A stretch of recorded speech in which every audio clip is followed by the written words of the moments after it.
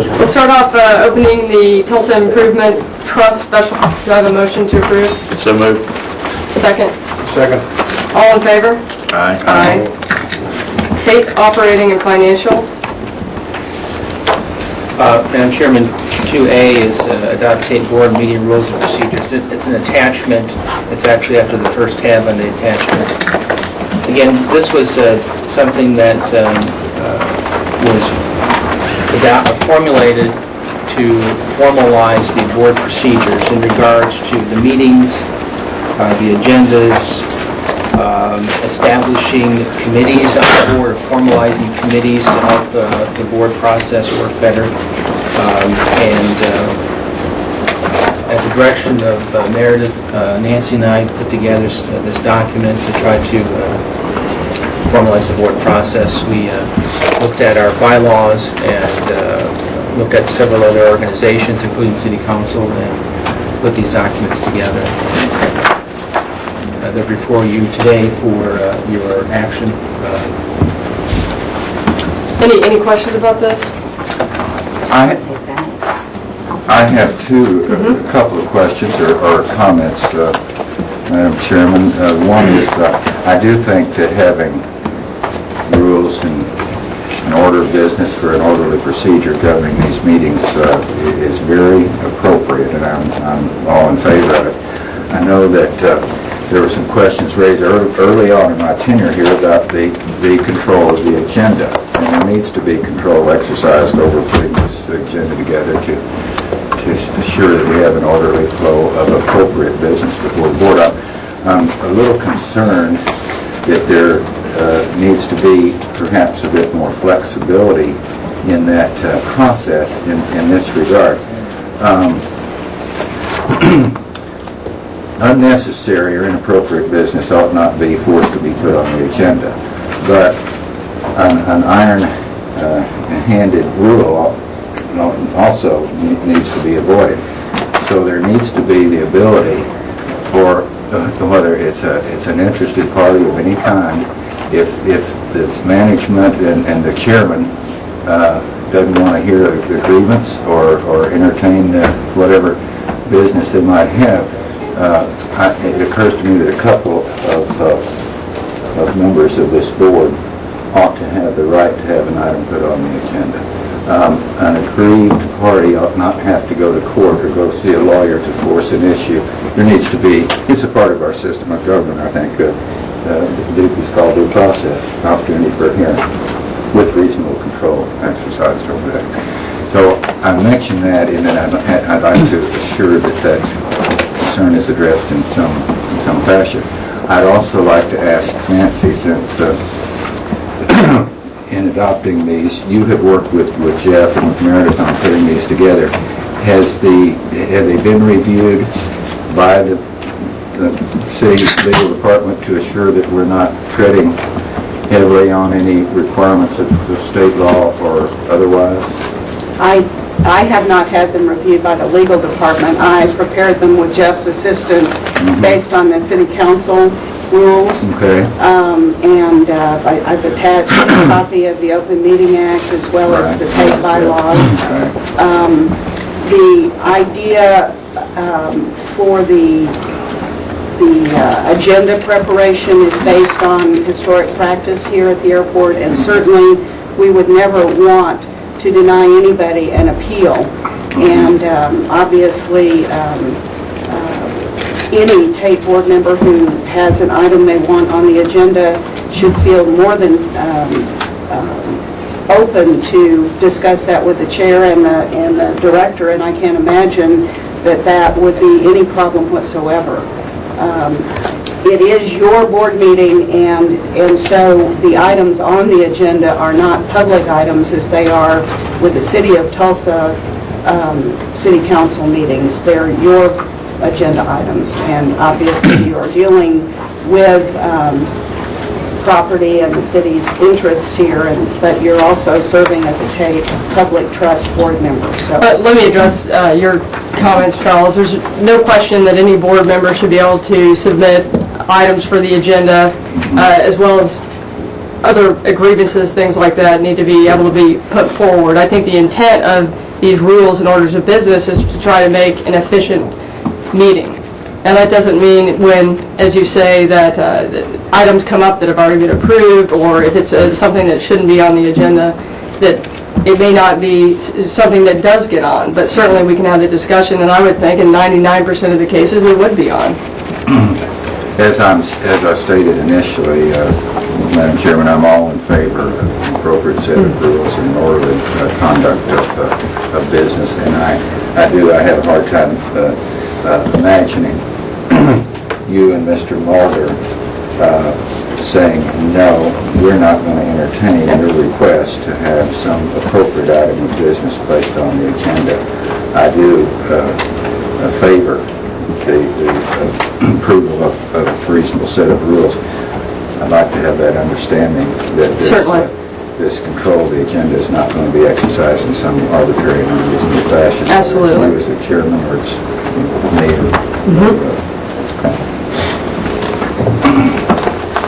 Was that a motion, Charles? What do you want me to do? You might make the motion to approve these. Can I make the motion to approve these rules and orders of business, except for I'd like to make one exception too. At the back of it, when it says Robert's Rules of Order, I'd like to have Ronnie's Rules of Order. You guys haven't let me do that here, so that's what I want on part of it too, Charles, along with the agenda items. How's that? I move that we accept them as written. Do I have a second? Second. All in favor? Aye. Aye.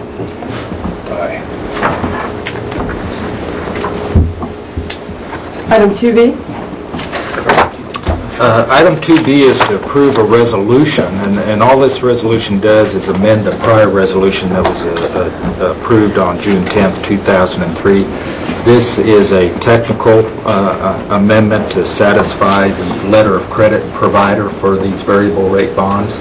And we do have our bond counsel, Sam Hellman, who happens to be in town and in attendance here, and he can address any detailed questions. Again, this is an accommodation to the J.P. Morgan Chase letter of credit provider, and they found a particular situation which we feel is a very remote possibility, a remote situation, and they wanted that particular situation addressed, and that's what this amendment does.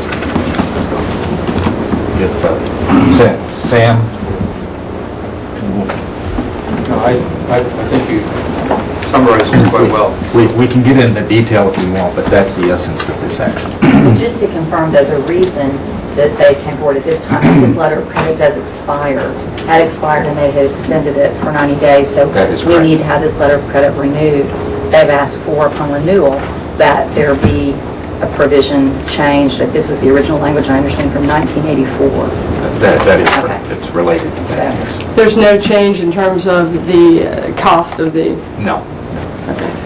Carl, I don't see that anybody's rights are infringed upon or anybody's could conceivably have any problem with this. Do you?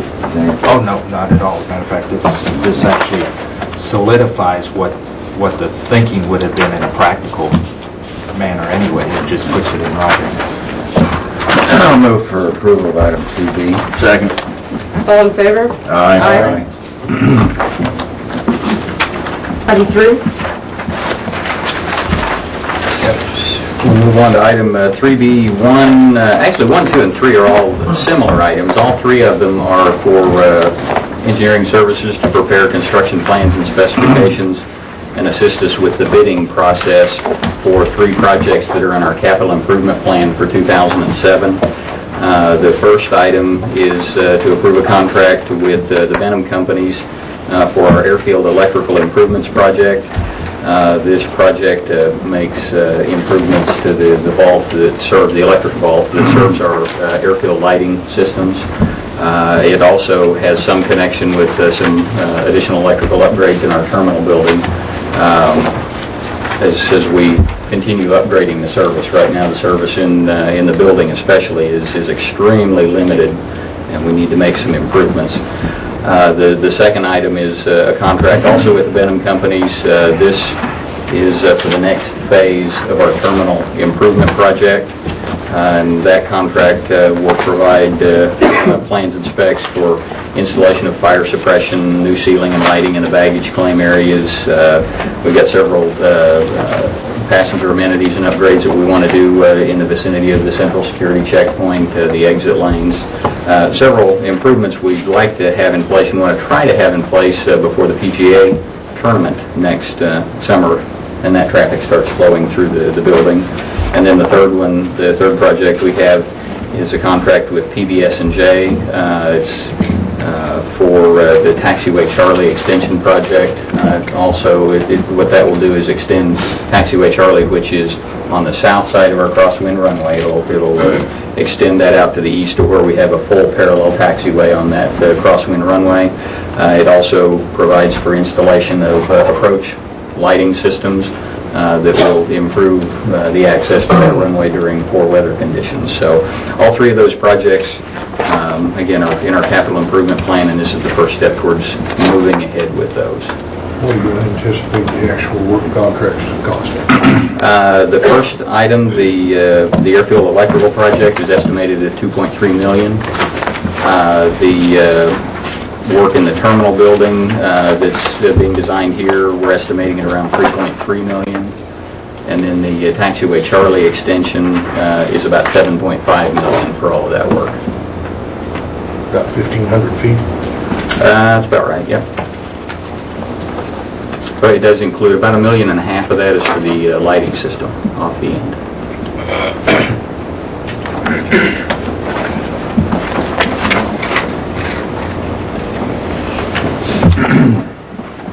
Any questions? Move approval of 3B1, 2, and 3. Second. All in favor? Aye. See, item 4 is to approve a reimbursable agreement with Oklahoma Natural Gas Company in an amount not to exceed $48,677.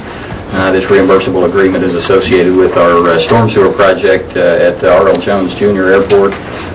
There are the series of gas lines that pose conflicts with the drainage project that we're in the process of implementing down there, and this will pay ONG to relocate their lines to get them out of the way of our storm sewer project.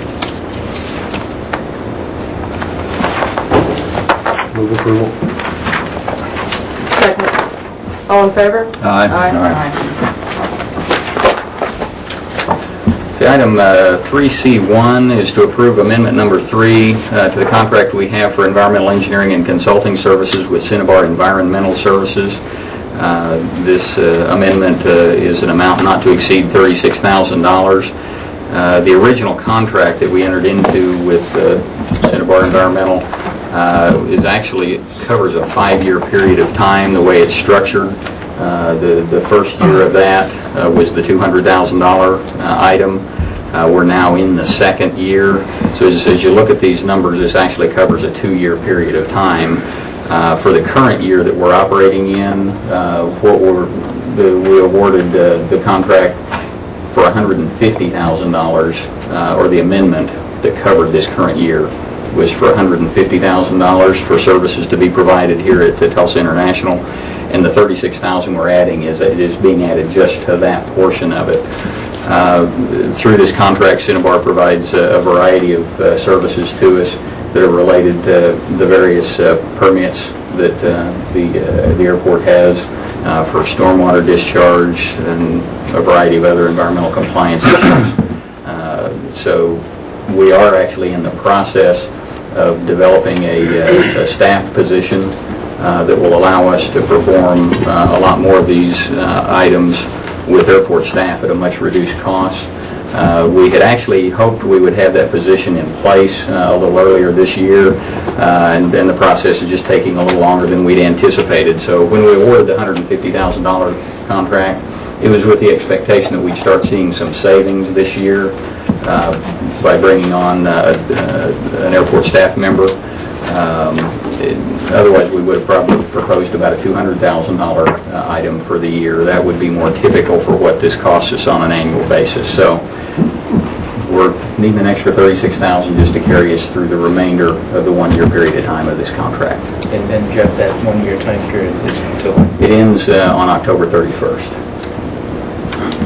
And just to confirm, Cinnabar Environmental Services LLC is not a party, is not a company to which the party has, the company, everyone has litigation with, correct? No, they're two separate companies. Okay, just happen to have Right. common names. Yes. But we do not have litigation with this company. No. Just want to clarify that. There may be some of the principals, and I'm not sure, is Derek from the audience? Pardon me? No comment on ownership. Okay, I wasn't sure. I thought that was the case. Okay. Thank you.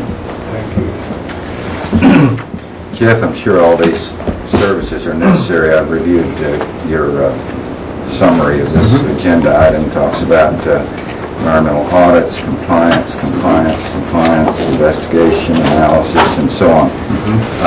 It is almost about $20,000 a month.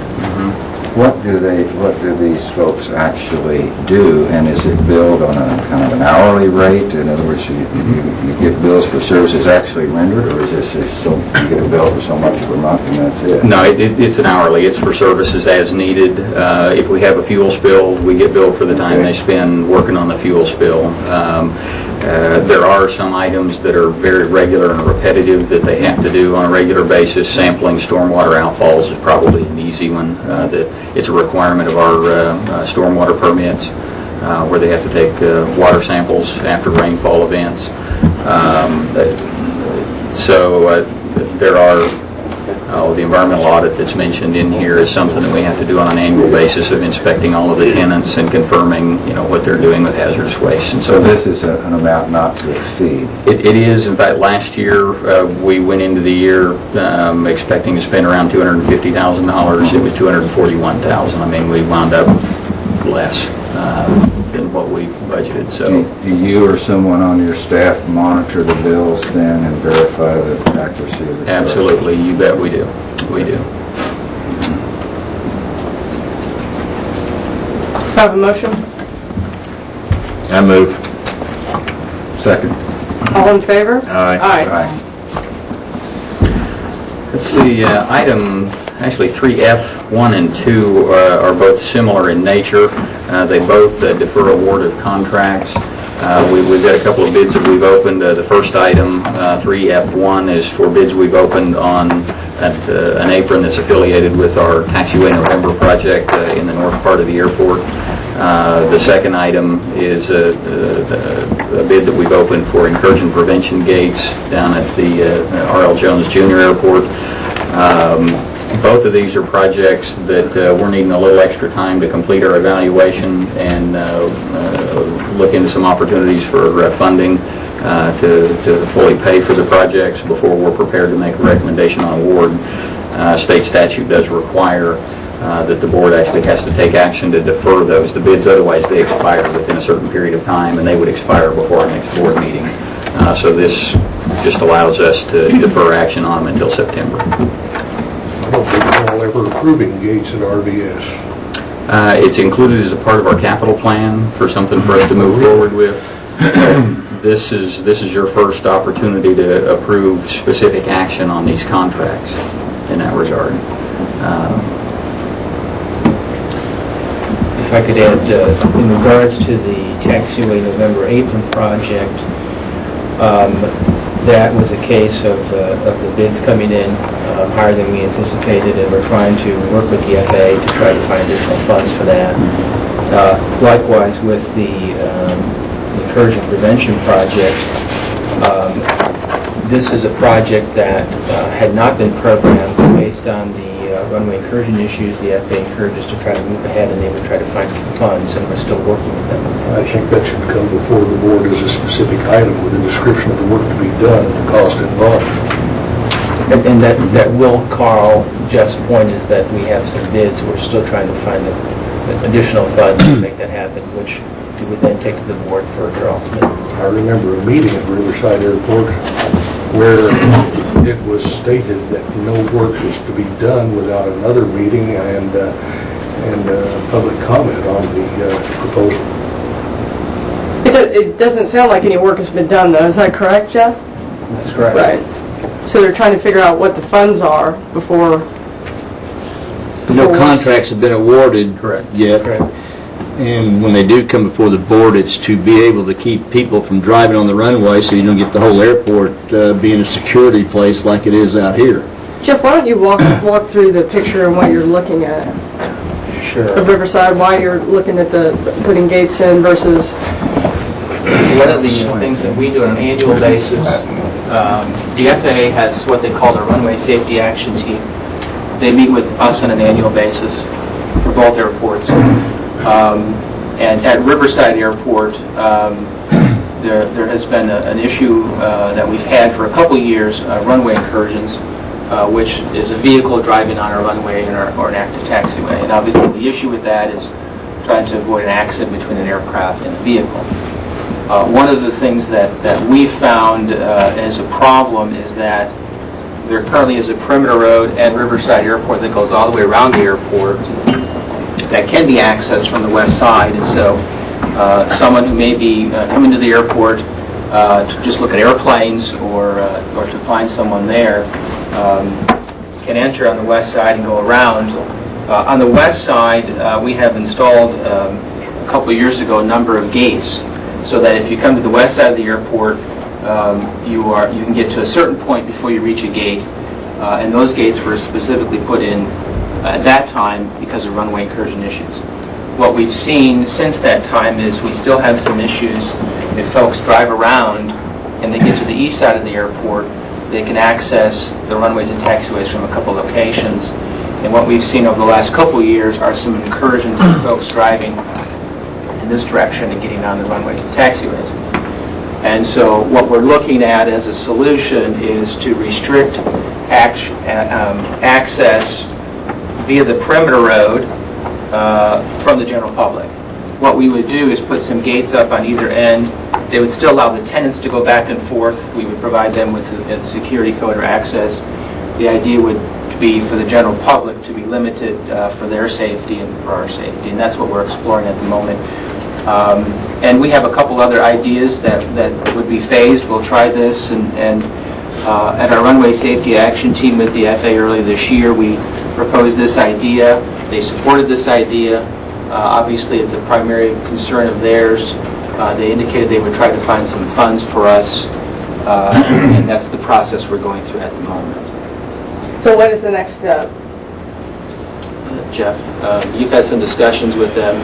Right. I guess the next real big step would be for us to bring the proposal for awarding a contract if the bids we have are in fact valid, along with the funding mechanism for this body to take action on before any work is actually done. And are you having that meeting to address Carl's? Well, actually, and the meeting that was being referred to is actually this board meeting. We've met. We meet on a monthly basis with the tenants at Riverside and brief them on these projects. Mm-hmm. We've been briefing the tenants down there. I briefed them just last week at our monthly meeting that we'd opened bids on the project and we're continuing to move forward with it. I don't recall a commitment to meet with the tenants again. We've done that at least a half a dozen different times. And the meeting I'm remembering we mentioned would be this board meeting to take any action. So. Go ahead, Charles. Madam Chairman, I think maybe Carl's point is there's some merit to it. Communication and an opportunity to be heard with people who are directly affected by an action like this, just to hear whatever concerns they have. I mean, you can't please all the people all the time. Right? You got to take an appropriate step for this safety, for the safety of the operation of the airport. But I see Mr. Howerton here, and I'd just like to ask you, Mr. Howerton, do you all feel like you have had sufficient input, or do you have any thoughts on this matter before it comes up for approval of the contract? My name is Al Howerton, and Jeff Huff has been to the airport with Mr. Mulder, and at our quarterly meeting 3 months ago, we discussed it then, and there's been more discussion. Well, frankly, there's about half and half that like it either way. Okay. And so it goes on and on. So there's been quite a bit of discussion. I think it just gets back to a decision that needs to be made. Mary? Thank you. Yes. We have these discussions, and they need to have their input into it also, but it comes right down to the FAA is going to tell us we have to have security at this airport. And if we have these runway incursions, and we keep having them, then they can come in and make it access at the front gate for everyone, just like it is at international. Correct, Jeff and Jeff? Well, the FAA will continue to look over our shoulder on this Right. issue until it's resolved. So a couple of access gates, or even maybe the ones you pull up to and just go up and down, I don't know what they're talking about, is to keep these people from doing it, because it's not the people who have the hangars over there. They already know that they're not supposed to, because they're airplane owners, they know they're not supposed to get out on the runway. But there's been several, and I know that within the last, several weeks, a month, that right across both runways. So, it's a matter, you got to do something, and maybe it's just the placement of the gates. Is that going to be is that what you need, Al? How can you not have anything? I think it's at a point where we're going to have to address the issue. The airport is so open in a number of ways that it really has to, and it's just different parties have different needs, and that's what they're trying to protect. I think there's a reasonable compromise. Madam Chairman, I don't believe it's debatable that it's desirable to keep the cars off the road. It's absolute. I think everybody will agree with that. What I would like to avoid is a blunt confrontation with the tenants. We've had a rocky relationship with them over the years anyway. I don't want to continue that. And for that reason, I would like to involve them in the decisions that are made, and I think that's reasonable. I think it's reasonable, and it sounds like that's what's been going on. At least on this issue. If they're happy with it, Or half are happy. So that's called a negotiation. the gates we have, the wheels frequently fall off and they don't work. And has anybody talked with the fire department? Has anybody talked with the ambulance people? Sometimes we have to have emergency vehicles in there. Go in the grass. Just want to make sure we're on through. Certainly. All right. Okay. The items to defer. So. All right, we do need specific action. Okay. So motion. Second. All in favor? Aye. Aye. That was for F. Who's the second? 1 and 2. All being second. Second. You moved.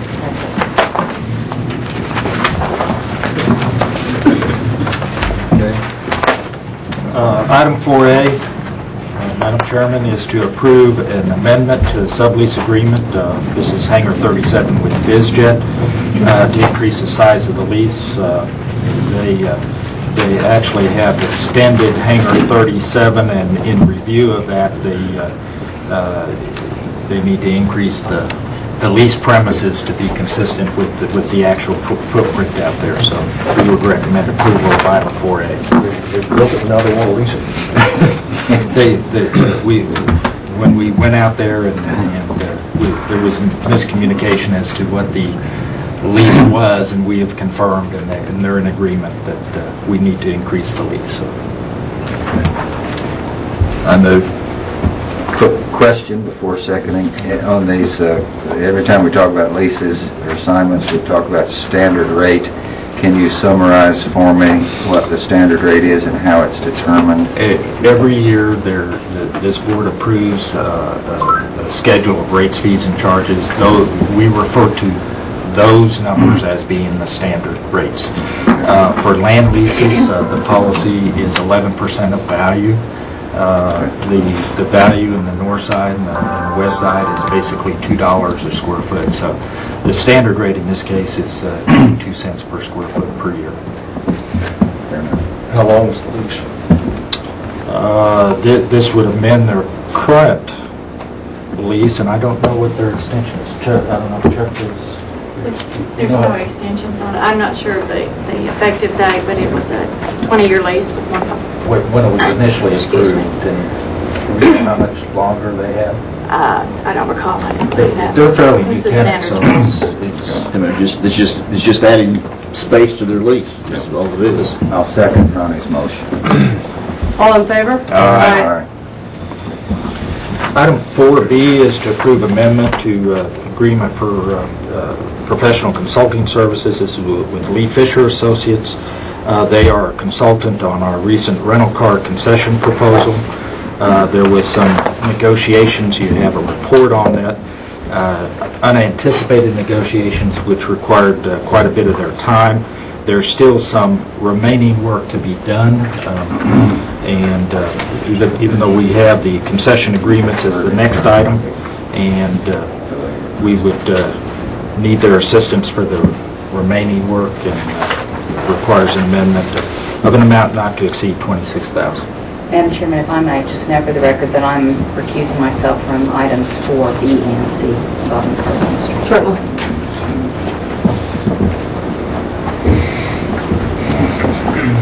Any questions on this? What was the original agreement? We just did it not very long ago.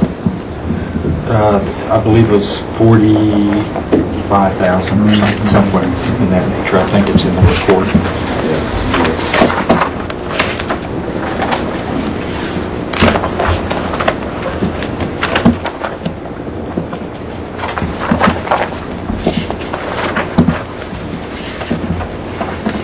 Yeah, $49,565 was the original amount.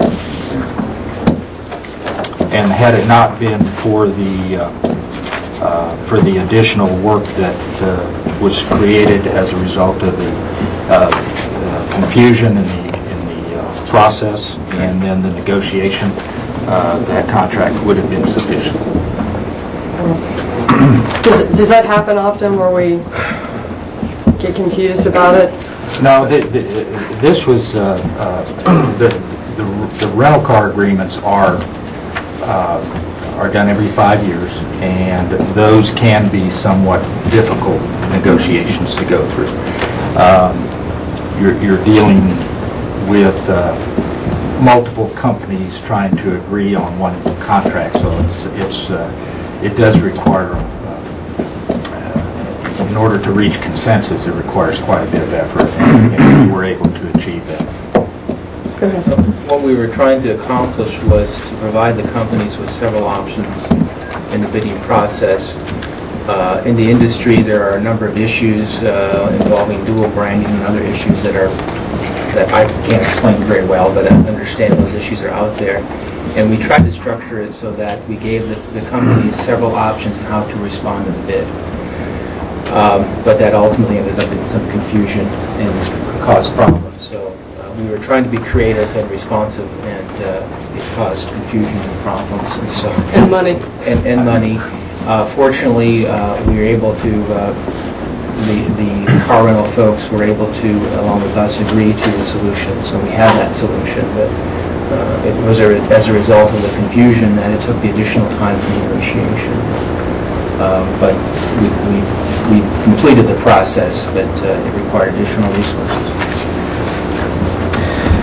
I'm always, when you talk about $75,000 here in consulting fees, swallow hard, but I know that this is a real important item for the airport, these concession agreements. Can you, in round numbers, to put this in perspective, tell us how much revenue is generated to the airport on an annual basis, more or less? It's the second largest non-aeronautical source of revenue, parking being the first. Okay.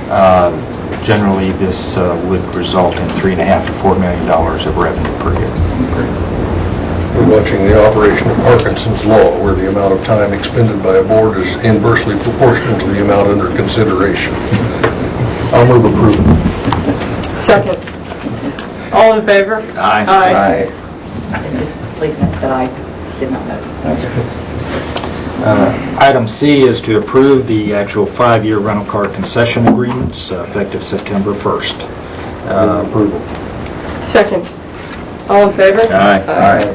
Okay.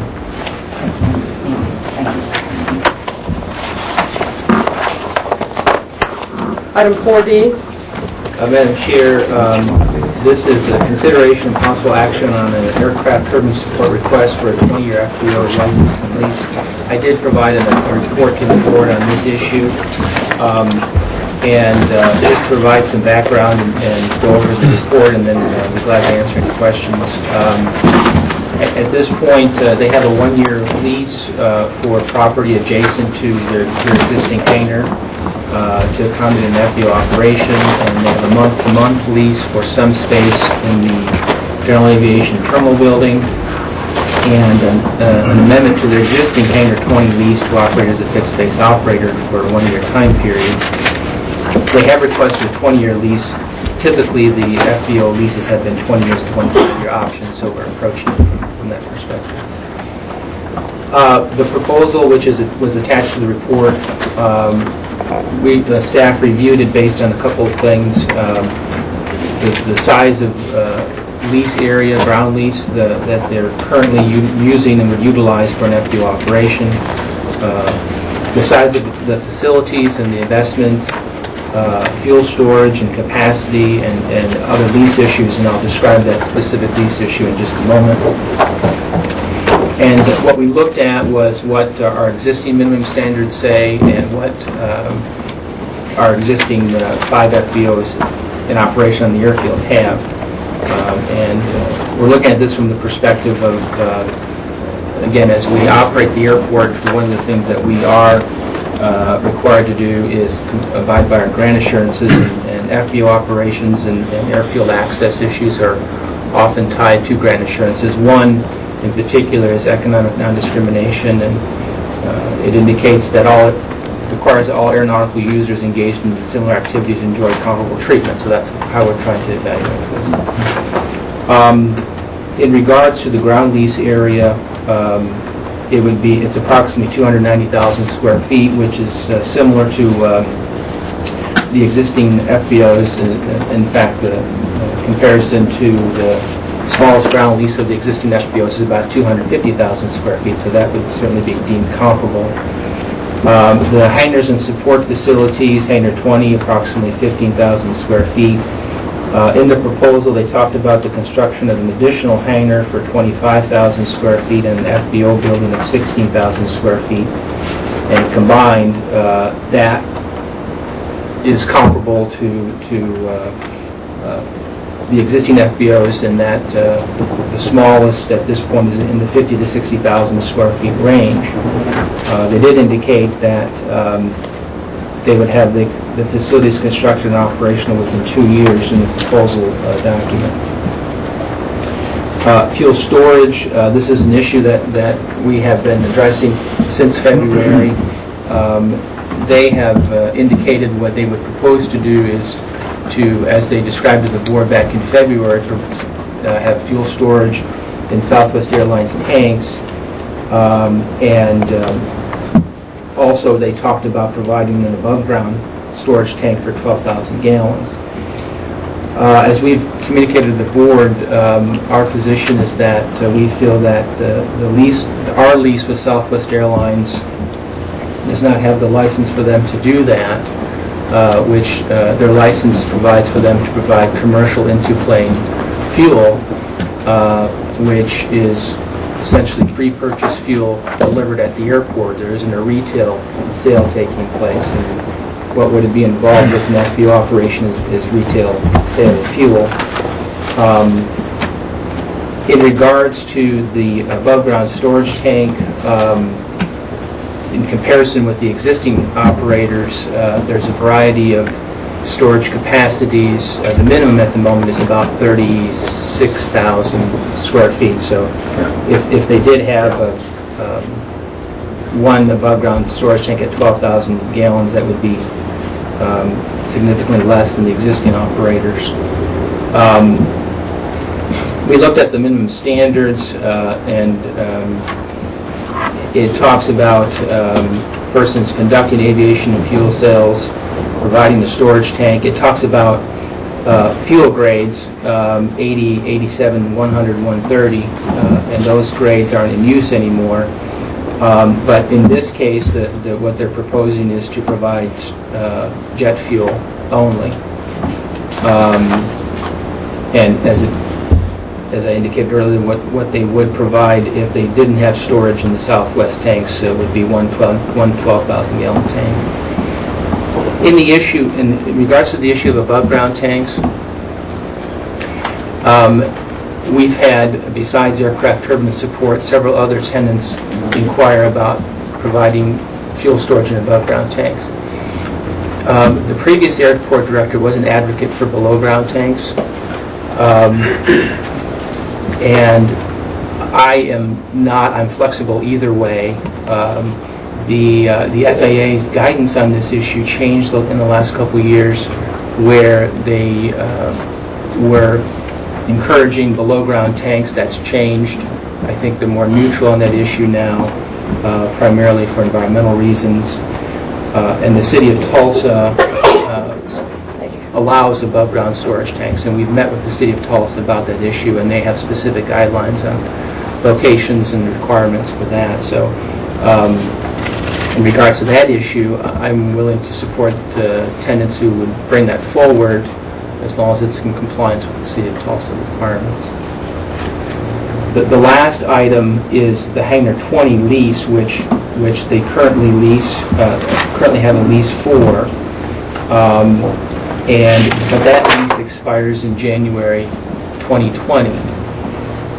So then we'd have a mismatch of the terms here of a new 20-year lease with a 5-year option, and then this hangar lease expiring in January of 2020. What we view would need to happen is that they would have to agree that at that timetable, a revaluation of that hangar based on appraisal. At what timetable? When it expires in January of 2020. Okay. Then an appraisal and then adjust those rates. In addition, that as Nancy just mentioned, the hangar is leased. It's not owned by Aircraft Turbine Support. It's leased by them from the city. But at that point, we would need that to be revalued based on appraisal and brought up to current rates for the rest of the term of the remaining FBO lease. So those are the areas that we evaluated the proposal on, and I think the issues that remain would be an acknowledgement of the Hangar 20 lease timing issue is something we feel would be important, and then in regards to the fuel storage issue, I would say that again, our view is that the proposal to store in Southwest tanks is not consistent with our lease with them, and that what they're proposing above ground is not consistent with the other operators. In regards to the facilities and the services and the leased area, they appear to be common. Mr. Motor, the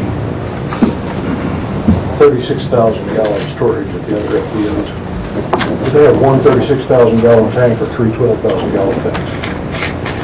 I believe it's a couple different tanks, Carl. It's not one tank. And is that not a throwback to the days when they sold various grades of aviation fuel and those grades were color-coded and they couldn't mix them in the tanks? Or is it a requirement that they have a certain capacity? I don't know the answer. 87 had one color, 100 octane had another color, jet fuel had to be segregated from the other two. Are we really looking at something like that? Or are we looking at actual storage capacity? And what's the relationship of the storage capacity to the operation of the FBO? Well, a couple areas. In regards to segregated fuels, we have some operators that have multiple tanks with the same product in it. So they work now, yes. Yeah, correct. I don't know exactly what the situation was then or what their operation entails. In regards to the airport's approach to a proposal is that we're providing a long-term lease. We want to make sure that the proposal is viable. If they're providing service to itinerant and based aircraft, that they have the facilities to provide the service, and they have adequate fuel storage to do that. That's one aspect. And the other is, as I indicated, a level playing field, that in providing equal or comparable level investment would provide that level playing field, and coming in a significantly smaller capacity, in my view, wouldn't. You know, let me tell you the way I work through this in my head. When I look at this whole situation, I feel that you have to look at it in pieces. You have the 1-year option that we have approved, and then the question is, where do they store their fuel during that 1 year? And I don't recall during the meeting and looking at the notes that we approved a specific place for that. Is that correct?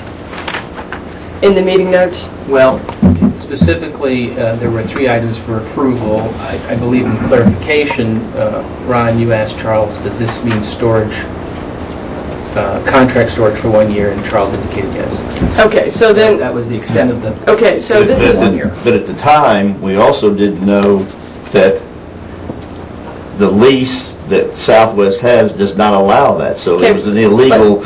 Well, let me go back. So it's a 1-year lease that we said, okay, there's got to be some storage fuel option somewhere. We didn't specifically say where. So in my mind, the options for where they store, because clearly they aren't going to be able to build something immediately, it's you can go to other FBOs, or they're going to, or Southwest was the option that they looked at. So what Jeff, I understood that we talked about is, okay, you found a conflict with the lease, so what we need to do, or what AFS needs to do, is get Southwest to amend their lease so that it is acceptable. That was one option that I presented to them. They would, if they wanted to pursue that, would be for Southwest to make a formal request of this board to amend their lease. Okay, so that's the 1-year option. Then you have to say, what do you do after that 1 year? And what we're relying on is these minimum standards, the minimum standards, and this statement that as a airport, we have to make sure that everybody has a level playing field and a comparable treatment. So I see the need for some sort of storage tanks. I don't know so much how much the capacity has to be or anything like that, what it needs to be, but level playing field to me implies it's got to be consistent with what these other FBO hangars have. So that would be the second piece of it. Madam Chair, Yes. We had the same situation at Riverside, and Roadhouse Aviation had his fuel tanks put in within a couple of months, guys. 6 months or so. Okay, so whatever it was. And during that time, then we allowed him to have fuel trucks with some storage in them to do that. Is that not correct? Okay. So if Turbine is going to, have their own fuel tanks and above ground, then it doesn't sound to me like it's going to take very long to put an above ground tank in. I don't know the answer to that, but I would think that it wouldn't take very long to do that. And then I would think that if we're going to do that, for safety and everything else, and for aesthetics, an above ground tank doesn't look very good. Then I think we ought to have a designated area. If people want to put above ground tanks in, then they'd be in one area, and that's where they are. If they want in-ground tanks, then they can put them on their own leasehold. I feel like that's a separate issue from the first year, then you have the what do we do after? Is that correct, or is that not? Where do we put them, or? At this point, the proposal is for a long-term FBO lease. So, correct me if I'm wrong, Nancy, but we would, what the board would approve would essentially take effect upon board approval. I would assume then that the 1-year lease would be amended to be then a long-term lease. So the 1-year time period would evaporate based on what the board would approve. Question, do we have any FBO leases out here for terms longer than 20 years? I don't believe so. Chuck? None that I'm aware of. It's 20 plus a 5-year option is our standard. We're sticking with that? They've asked for a 20-year, and we have advised them that our standard is a 20 plus a 5-year option if they would like that. Is Southwest going to provide this fuel storage free, or are they going to have to pay for it? I don't know.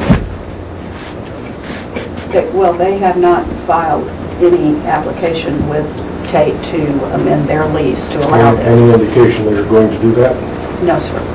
Is anyone here from AFS? No? ATS. Sorry, ATS. Yes. Joe Cole. Hi, Joel. Hi, how are you? Mr. Mulders has numerous letters from Southwest Airlines stating their position, saying that they are in firm belief that they already have the right. This issue was addressed with Mr. Kitchen when he was director, and they said, why do we want to amend our lease? It's already there, and unless somebody bans them from doing it or cites them, they're going to continue to do it unless the policy is changed by the board.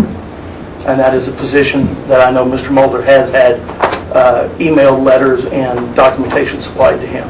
Well, let me ask you a question. It seems to me, well, or at least we believe or feel there's a conflict between the Southwest contract and the airport contract.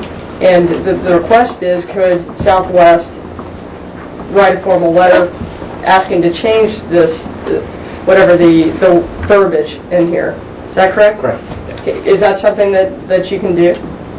Their position is they've already addressed this in 1994, and they're not going to invest legal resources to change the agreement. I think they're right. And I believe there's some correspondence that would substantiate that their opinion is this is a director and a board's decision to make whether they're going to change the lease and say no, you cannot store fuel for other people, or whether you can, and they're going to abide by what the board and the director say rather than create a confrontational environment with the board and the directors. Well, what we're looking for is a solution to the issue. Correct. That's what we want to do. And like I broke it down, I see a 1-year issue, and then I see an issue afterwards. Well, when we came in February, that was what we were pointing out was the problems with the standards being so out of date, the changes in the environmental requirements, and what's best for the city from an environmental and liability standpoint. And what we asked the board for, and we have ultimately got approval, was for a 1-year lease using Southwest Fuel Farm while we worked out a potential purchase on the GAT building and while we figured out what this fueling policy was going to be. Mr. Mulder expressed concern about it the afternoon of the board meeting. We held all our operations up for 90 days. We came back to the board with a little blurb of concern. I think it was in March that there were some issues. We continue to petition Mr. Mulder to bring this back to the board. Let's get this out and negotiate it, figure out what the policy is and where we're going, so that I can turn my engineers loose and my construction companies. If we're going to build it on my land, great, I'll comply. If we're going to have it as suggested over by AFS, I'll move it to AFS. But right now, there's no specific plan for me to build my facilities with. It's one day it's 12,000 gallon storage, next day it's 20, last week it was 40, Monday it was 32, and now in the report it's 36. What's the standard? What am I supposed to do to operate and grow my business? And that's all what we've been asking for. And after 8 months of letters which we believe are against the board's decision, other FBOs coming by taking pictures of our customers and our aircraft, the harassment we've received from that, it's just got to a point now that we felt we needed to force this issue to come before the board to be discussed. And we would love to continue to store with Southwest. I have to pay a fee per gallon, a flowage fee, a storage fee, whatever you want to call it. So I have an economic impact that is greater than what the cost per gallon of storage tanks will cost me. But the big advantage I get is the less of a liability. I don't have a 40,000 gallon spill or a fire problem, which reduces the city's liability. The environmental impact of a fuel spill is great. I don't know if Cinnabar's provided reports lately about the fuel spills, about the stormwater contamination that's happened in the last 10 years. But there has been incidents. And I think it's the best thing for the city and the airport to to limit their liabilities, give operators options. If you want to put in a below-ground tank in, spend $750,000 to properly contain it and monitor it, great. Let's spend $250,000 to put above ground in, great. This third option's out there for everybody to use. From a business standpoint, it's smart to get rid of the liability. Long-term, 5 years, I will pay more for the same amount of fuel stored at Southwest than if I put in my own tanks, based off their current formula, which I pay a higher rate than what the airlines pay to store their fuel. The advantage that we have is the airlines now, who have made this massive investment, now get some money back, lower their operating costs, which then encourage their flights into Tulsa because now their fuel costs are less. So it's a win-win situation, in my opinion. I can see this has frustrated you to a certain extent, and we want to work through it, but I definitely believe that we have to, we need to be consistent. And there's some things that we need to do to make sure that our contracts and Southwest are in line. If there's someone that we need to talk to, I don't know, Jeff, you've already talked to people at Southwest, but we need to try to get that letter sent in so that we can modify. Well, and that's what I've advised them. Southwest Airlines. So if they want to pursue it, they need to petition the board. Maybe he has an idea of somebody that we could That's call and get this resolved. I mean, I don't think it's an us and them versus thing. I think I hear you saying the same thing. I hear the board saying. It just seems like there's a miscommunication. The lease does, unless there's some other provision of 4.3, the lease does say shall. It's not a may clause. It's a shall clause. Commercial into plane fuel supply. That's the only fuel supply provision I can find in the lease. So all they would need to do is agree that they would agree to change that provision, because we can't have inconsistent provisions in a lease and not enforce them. I think that sounds easy. It sounds like that was what they're agreeing to do. Do you have the whole lease thing? I do have the whole lease here.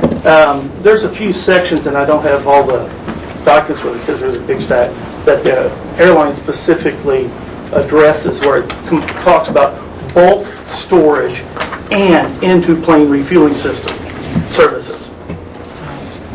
And the difference... And they called out their points very specifically in the letters, and I don't know if you have that letter. Yeah, I do. This, the specific provisions in the lease, if it's specific, it controls, and that's what, I mean, I think if they agree and we agree, Joe, who is it that at Southwest who's saying that they don't want to spend the money? Matt Laughlin, Bob Montgomery are the people that we've been dealing with. Winhead. And that what their latest position is, if the board changes and says it's not approved for them to store, they won't store for them. And that's all we've been asking for. I don't think that's what is being said. What I think is being said is we need to be consistent, but this is for a 1 year, and then we need to determine... You have time to get it in place. We need to determine what is consistency among the FBO operators. And somebody's spending a lot of money with lawyers, because lawyers from Conner Winters have visited me, have visited the city council, have written detailed letters. So I just assume we all get it. I think we're all on the same page. We'll just get it resolved. Does that mean that I'm Jennifer Salon, attorney for aircraft and turbines. Does that mean if Southwest would come forward with that request, that the board would approve the request? I think that we'd certainly consider approving it, and I think that what that means is for that 1 year period of time. The 1 year, but not beyond 1 year. I think that the second issue is, what do you do to be consistent with all your other FBO operators? I am all for free markets, but this is a little bit different situation. This is a different sort of free market in which you have to make sure that all your operators are playing on a level ground. So that would be the second issue. Have the same opportunity. Well, I don't want to severely damage the other tenants. And the FAA will not allow you to do that.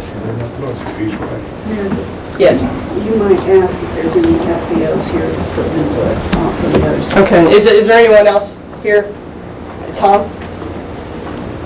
Along with Tulsa Air Beechcraft, I talked to all the other FBOs on field in the previous 2 days, and here's the other side of the story.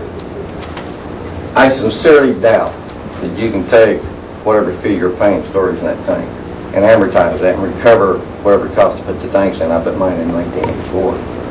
$1 million, or whatever it may cost to store 40 or 50,000 gallons of fuel with all the monitoring devices.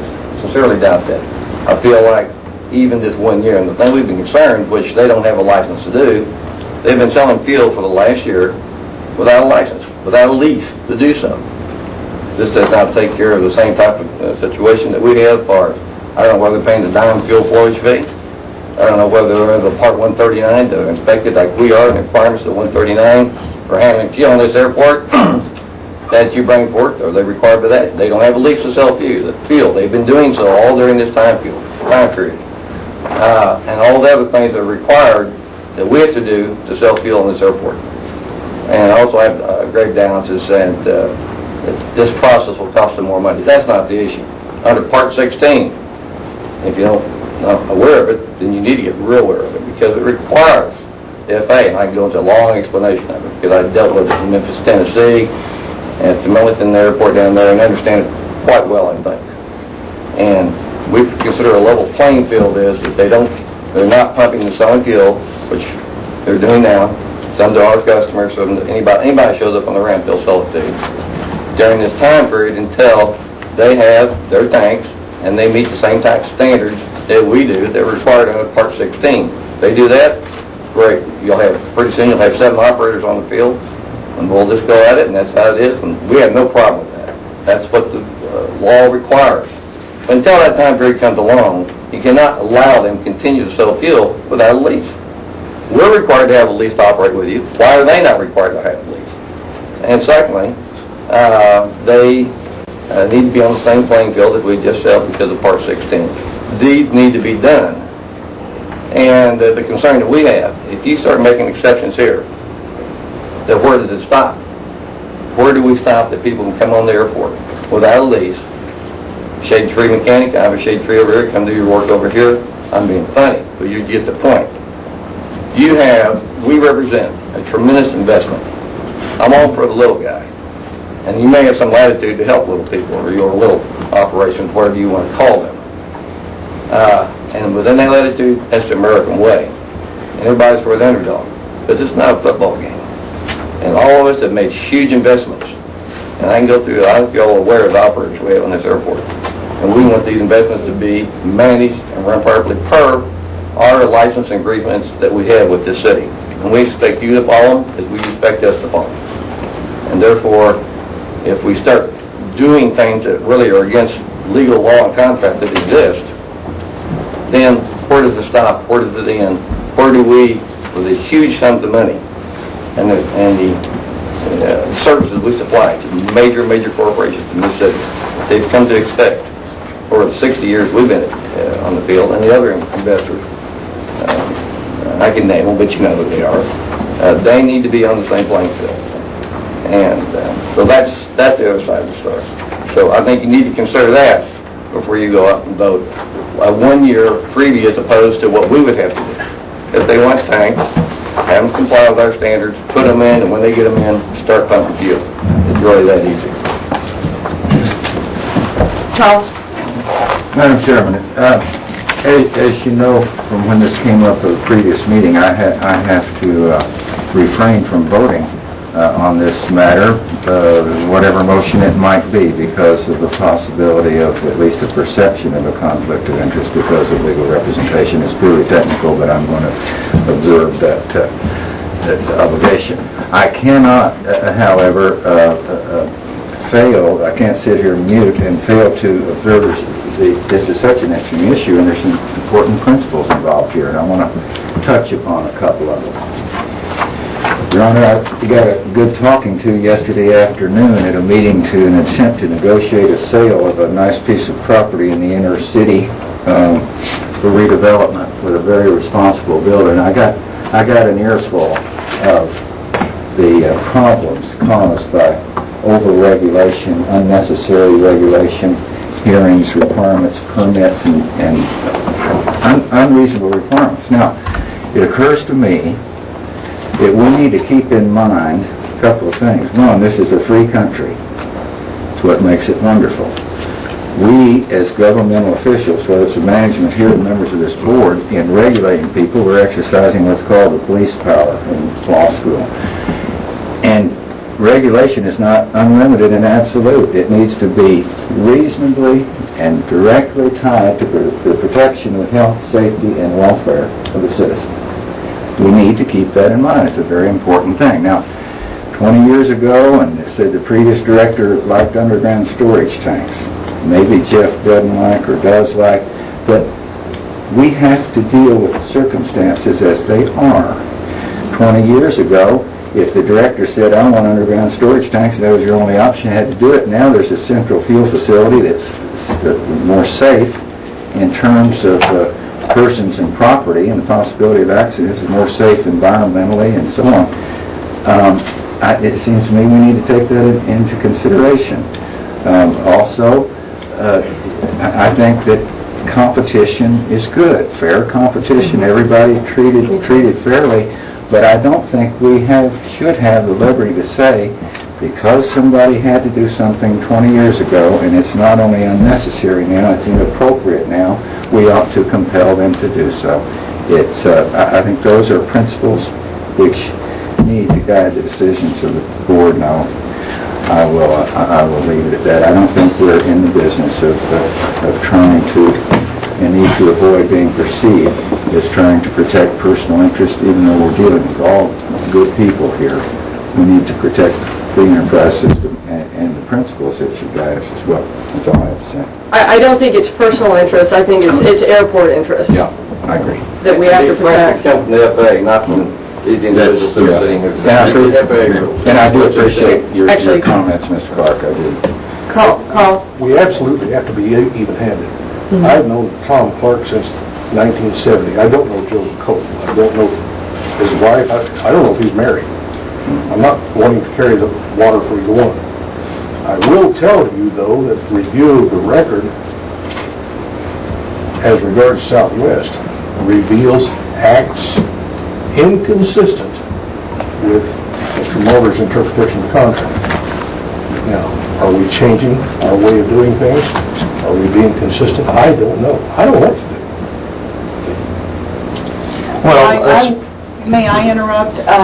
It's an interpretation of the contract based on the legal reference to commercial into-plane fueling, and the fact that Mr. Studeni, who drafted this contract at the time, perhaps after negotiations with Mr. Kitchen, but you'll notice that in the record there is nothing after this contract was signed off on by Southwest Airlines, which does limit it to commercial into-plane fueling. And the same kinds of requirements back at the time that contract was entered into, where the equal playing field for the people on the airport would have applied. And I would have to look at the contract that Mr. Studeni drafted and look at it with the limitations that were imposed on it on purpose.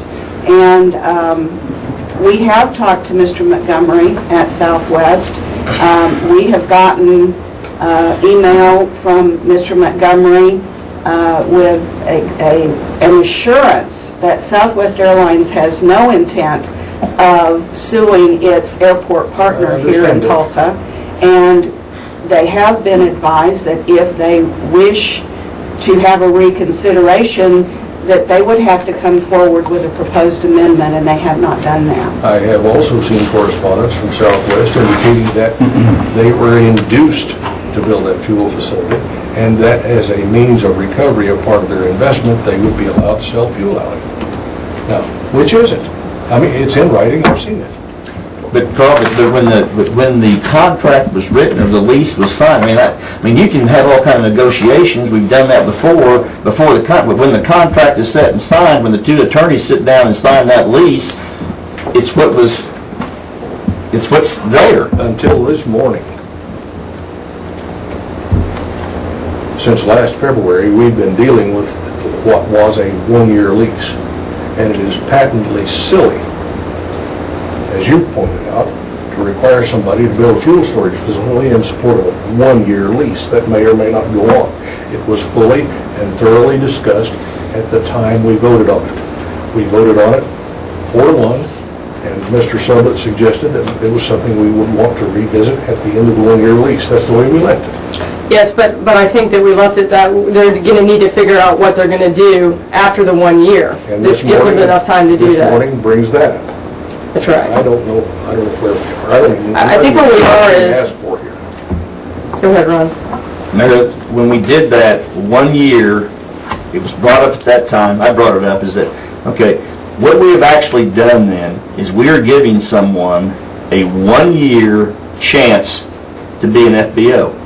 After that 1 year, they can just say, we don't want to do it. I mean, Joe, you're shaking your head, but basically that's what we're doing. Well, that was your intention. Now, I don't think that was your intention. I think you want to, but until we have a 20-year plan that, okay, we are going to build these facilities if we don't get the GAT building, and we're going to have our own fuel storage in place.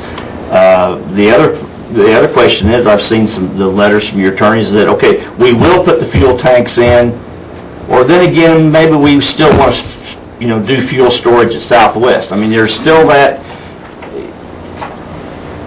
thing in there that you are kind of acquiescing both ways, what you want to do. But you also heard you say something a while ago is that everybody should have the same opportunities. So are you telling me that Southwest will allow every FBO to put fuel in their tanks?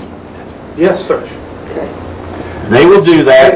They went to everybody in 1994, and I gave them that opportunity to join, and nobody's made that choice. So they allow co-mingling of fuel, is that what you're saying? I don't know any supplier that allows that. Yeah, so that's what I'm saying.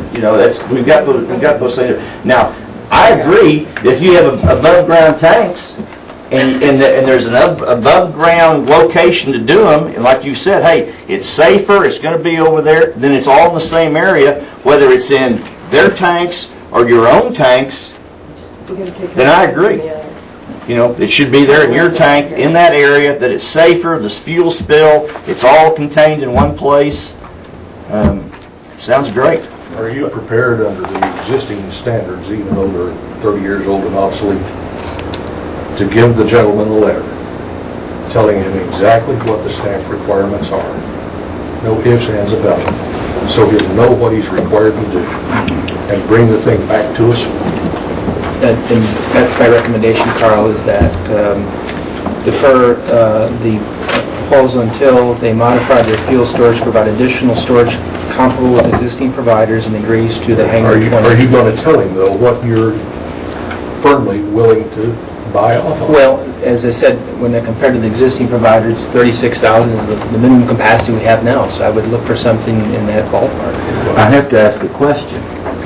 What's the basis for imposing, you say, well, I want you to have 2 tanks, 3 tanks. I want you to have, what right do we have to tell the man that he needs to store so much fuel if he, in his business judgment, determines that that's sufficient to take care of? Now, again, if somebody stores fuel for gasoline, for piston engines, we're going to tell them, well, you need to do that even though you don't intend to service piston-driven aircraft? Where do we draw the line? If 12,000 is sufficient, let it be 12,000. The amount of storage to me is not the issue. And I know maybe I'm missing something, Jeff, but it's not. The issue is, what are we going to do on this 1 year lease?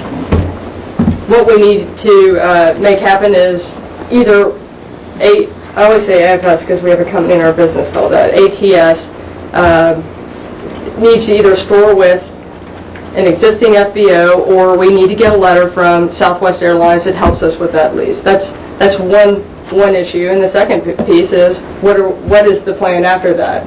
What I recall is that you were putting your business together and you needed some time to do that. So that's why you took that year and you needed to have some options. I think what we're saying is, or at least what I'm saying is, okay, we do need to defer. Carl said that you know what the recommendation is, but we wanted to be able to talk about it at the board, is we need to get that letter from Southwest, or we got to find another alternative for storage. And Mr. Cole has a right to know what's expected of him. Precisely. Well, and I try to communicate that based on his proposal and the feedback and my recommendation at the moment.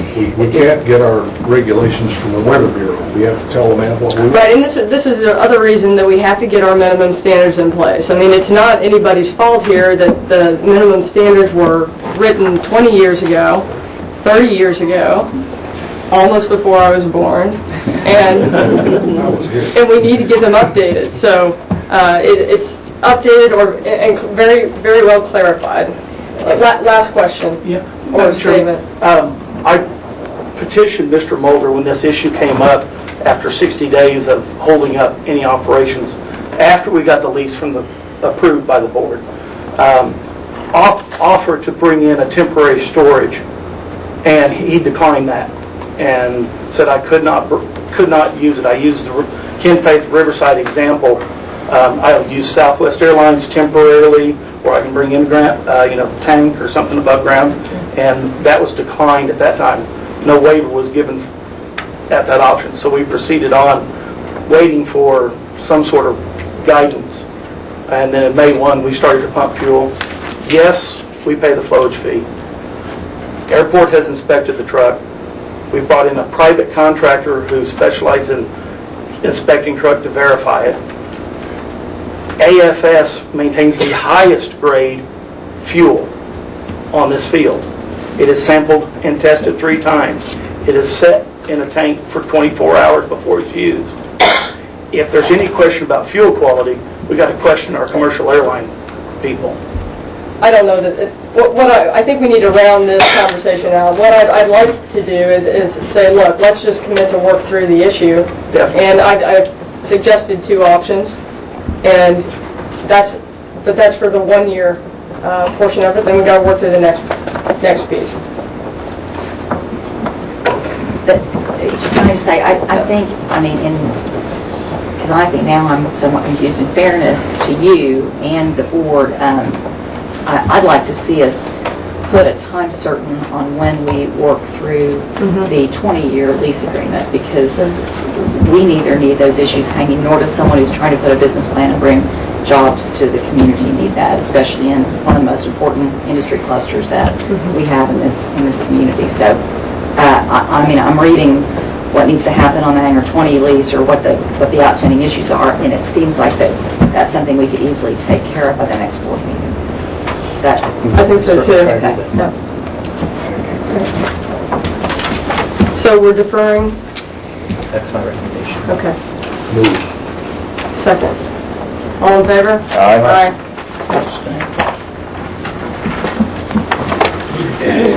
Madam Chairman, item 4E is to approve acknowledgement and consent to exercise a 10-year option with Southwestern Bell Services, DBA Singular Wireless. They basically lease a little utility closet here in the terminal building, and they have a 10-year option which they would like to exercise. Move approval. Could I ask the expiration date of that? The expiration date of the current, and if the terms have changed? The terms have not changed, and apparently the base term expired at the end of July of 06. And that is solely for the lease of a utility closet? That's in the terminal building, that's correct. Okay. Can I get a copy of that? You just send it up. We don't have to get it today. Just send it up to the office. Thank you. Have a motion? Mr. Clay made the motion. Oh, sorry. Second. Second. All in favor? Aye. Item 4F is to approve a revision to item 4H. This is in February. You approved a sublease agreement with Camtronics. That action item had an effective date of March 1st. Because we've had some need to correct exhibits and we haven't had a document, they've asked that we have a corrected effective date as of September 1st of 06. And we would recommend approval. So moved. Second. All in favor? Aye. Item G is a sublease agreement, Northeast Hangar Development with Wendell Hamilton, 15 years, 2 5-year options. I believe this is an existing tenant with an expired lease. This is a new lease. Move for approval. Second. All in favor? Aye. H is a acknowledgement and consent for a collateral assignment with Roadhouse Aviation. This is with ONB Bank and Trust. Move approval. Second. All in favor? Aye. Item I is to acknowledge and consent to assignment of a sublease agreement from Kent Faith to Thomas and Deborah Gutman. This is the private hangar, and we would recommend approval. Is that the new hangar that was the construction of which was delayed for some time? That is correct. Yes, it is. Move for approval. Second. All in favor? Aye. Can I just ask a question? I'm assuming all items E through I, Nancy, that you've reviewed the terms of those agreements. Okay. Item 5, other business. Let's see, at this time we need a recess for the TAA meeting.